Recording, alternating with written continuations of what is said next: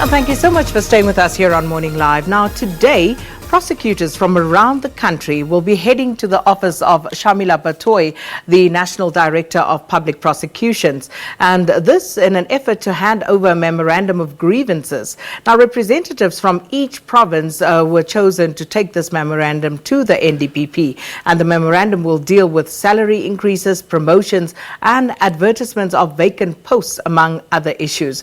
And joining us now is Siyabulela Sitshetshe, one of the prosecutors that will be handing over the memorandum, as well as Advocate Scelo Hina to talk to us about some of their grievances. Thanks so much for coming through this morning, gentlemen. Thank you. Let me start with you, Siyabulela. Now, this is totally unprecedented that we see prosecutors in South Africa actually taking this particular step, which is quite drastic for prosecutors. What led you to this point? Good morning, Sakina, to the viewers of South Africa. This is after the long discussion with our supervisors and the chief, and after the treatment that we received from the organization. Then we decided to form a group. Then we started this group on last year, December. We formed a group. Then we have a meeting from different provinces. We chose a delegation to come today to submit our memorandum. So how many prosecutors are a part of this group that you have established? On our group, we've got plus minus 440 prosecutors who are participant on our group. All right. Now, let's get into some of the grievances here. And, we spoke about some of the ones that we picked up on. But is that an exhaustive list, or are there more issues that prosecutors are concerned about? Sakina, there are more issues. Just to clarify something, we've got more than 2,000 members. 400 members are on our group, but others are communicating with those members. We've got a number of issues that we want to raise with our NDPP. The first issue is the issue of salaries. The lower prosecutors, the ones who do court work, they are not paid as they're supposed to be paid. What are they paid? They are paid less than 300,000 per annum, whilst our supervisors are getting more than R1 million per annum. And they are complaining because they are the ones who are doing court work, and our supervisors are sitting in the office. The second issue that we are here to raise is a shortage of skills within the NPA. We had a program which is called an aspirant program, where students from the universities were taken as aspirant prosecutors being trained. That program, Sakina, it's been 4 years now. It was cancelled. The reason it was cancelled, it was due to funds, according to the NPA. Thirdly, Sakina, it's been 4 years since the initial prosecuting authority advertised posts. As I'm talking to you, more than 52% of the NPA staff is either retrenched or retired or resigned, meaning that all the prosecutors who are doing courts, they are working understaffed. Hence, there's a workload and there's less pay. Hence, we are here today. So it's very interesting because this is obviously not something that has just happened. Some of these conditions prosecutors have been languishing under for some time.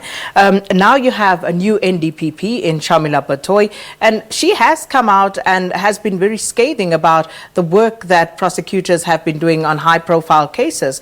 Is this perhaps something that has spurred on the current action? As we said, it's unprecedented. Sakita, one of our grievances that we are taking to our NDPP is that as we thought as soon as she is employed, she will come to each and every province to get clarity of the issues on the ground.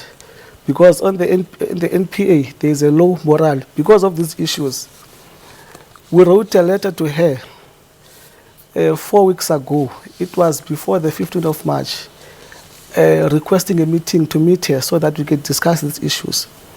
The response that we got, we were not satisfied with that response because our NDPP attended a conference of NADEL, which is attorneys associations. We felt that was insulting to us, seeing that we ought to be a primary members of her. Today we are coming and we're told today that she might not be here. We might be received by a deputy director. But in any event, all these prosecutors who have grievances have donated their monies so that we can be transported from our different provinces so that we can come and hand over our grievances. On a question of curiosity, why haven't you raised this with previous NDPPs in the manner in which you are raising it now? Sakina, we have done that. We've got trail of emails showing that we have done that. The problem is that we used to do that through emails and nothing was done. Hence I'm asking the way Yes. in which you're doing it now. Today we've decided that enough is enough. It's high time we come and present ourselves to show that we are aggrieved with what is happening. Sakina, there's also another issue. We were told that the reason why the posts were freezed for 4 years is that there are no funds. But NPA has been paying performance bonuses to the seniors, which amounts to more than millions, whilst the posts have been frozen, whilst the aspirant program has been frozen. Hence, we are saying that if NPA has got funds that can pay bonuses for supervisors, why they don't have funds to unfreeze the posts?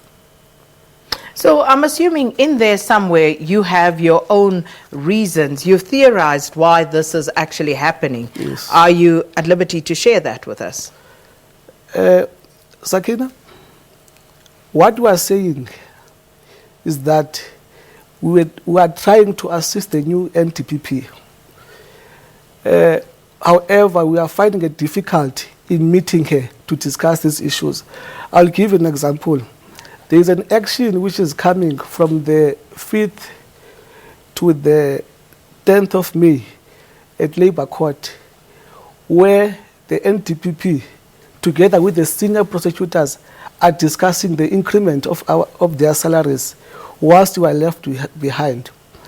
We are trying now to form a union, which have already applied by the Labour Department. We are just waiting for our certificate by April, and we intend to join that action so that our salaries could also be addressed. Sakina, it's very difficult to work at court where you are supposed to have 30 prosecutors, but you are working with 6 or 8 prosecutors, considering the workload. That also affects the service delivered. We tried to meet our NDPP. She informed us that she's going to Parliament because she's summoned by the President. We are so aggrieved because we are supposed to be people whom she's supposed to address before going to Parliament. But is that not a valid reason? She's been summoned to Parliament and she has to go and present herself. Is that not a valid reason? Sakina, our NDPP must speak for us, must speak for our issues. Are you feeling snubbed by Shamila Batohi? Yes, we do. But why? She only started in February, didn't she? She's just over a month into the job. So Sakina, why are you feeling snubbed? Sakina, we never asked our NDPP to go to each and every province to get grievances, our grievances. We courtesized with her saying that in our own funds, on the 15th, just give us an hour. We were not even coming to give her a memorandum, but we're coming for a meeting just to meet her to give her but our it's grievances. just over a month. Don't you think that, given everything that she has to familiarize herself with, and get her head around, do you not think that you are perhaps being slightly unfair towards her, just with regard to the time in which you are giving her? Certainly, I cannot jump in. By coming to NDPP as soon as possible, this is the beginning of the year. This is the first time that she assumed the office. But the sooner we come to NDPP to submit our memorandum of grievance, that will be on our advantage because we want to be part of her plan of action for the year. Fair We don't want to be left out. Fair Sabina, point. Just to add something, our NDPP has joined in that action of our directors for the increment of their salaries. That action is on the 5th until the 10th of May. Hence, we are saying we want to be included in those talks of the increment. Okay, Yes. just a final one. So how is this going to play out? You're going to hand over this memorandum. Do you then go back to work? Do you not go back? What's going to happen? We are having phases in our actions. The action that we are taking now is to give a grievance and to give a reasonable opportunity to respond to us. If that is not happening, because there are some courts, I don't want to mention names, which have already started to go slow in their work. All right. I'll tell you what, we'll certainly follow up on this, but thank you so much for stopping by. Siyabulela Sitshetshe, one of the prosecutors, will be handing over the memorandum of grievances, and also Advocate Scelo Hina, who is an advocate, and both of them speaking on behalf of a group of prosecutors who are taking this matter forward with the NDPP. All right, so we're going to take a break, and when we come back, we'll be looking at another very depressing issue around children and violence and even murder in our schools.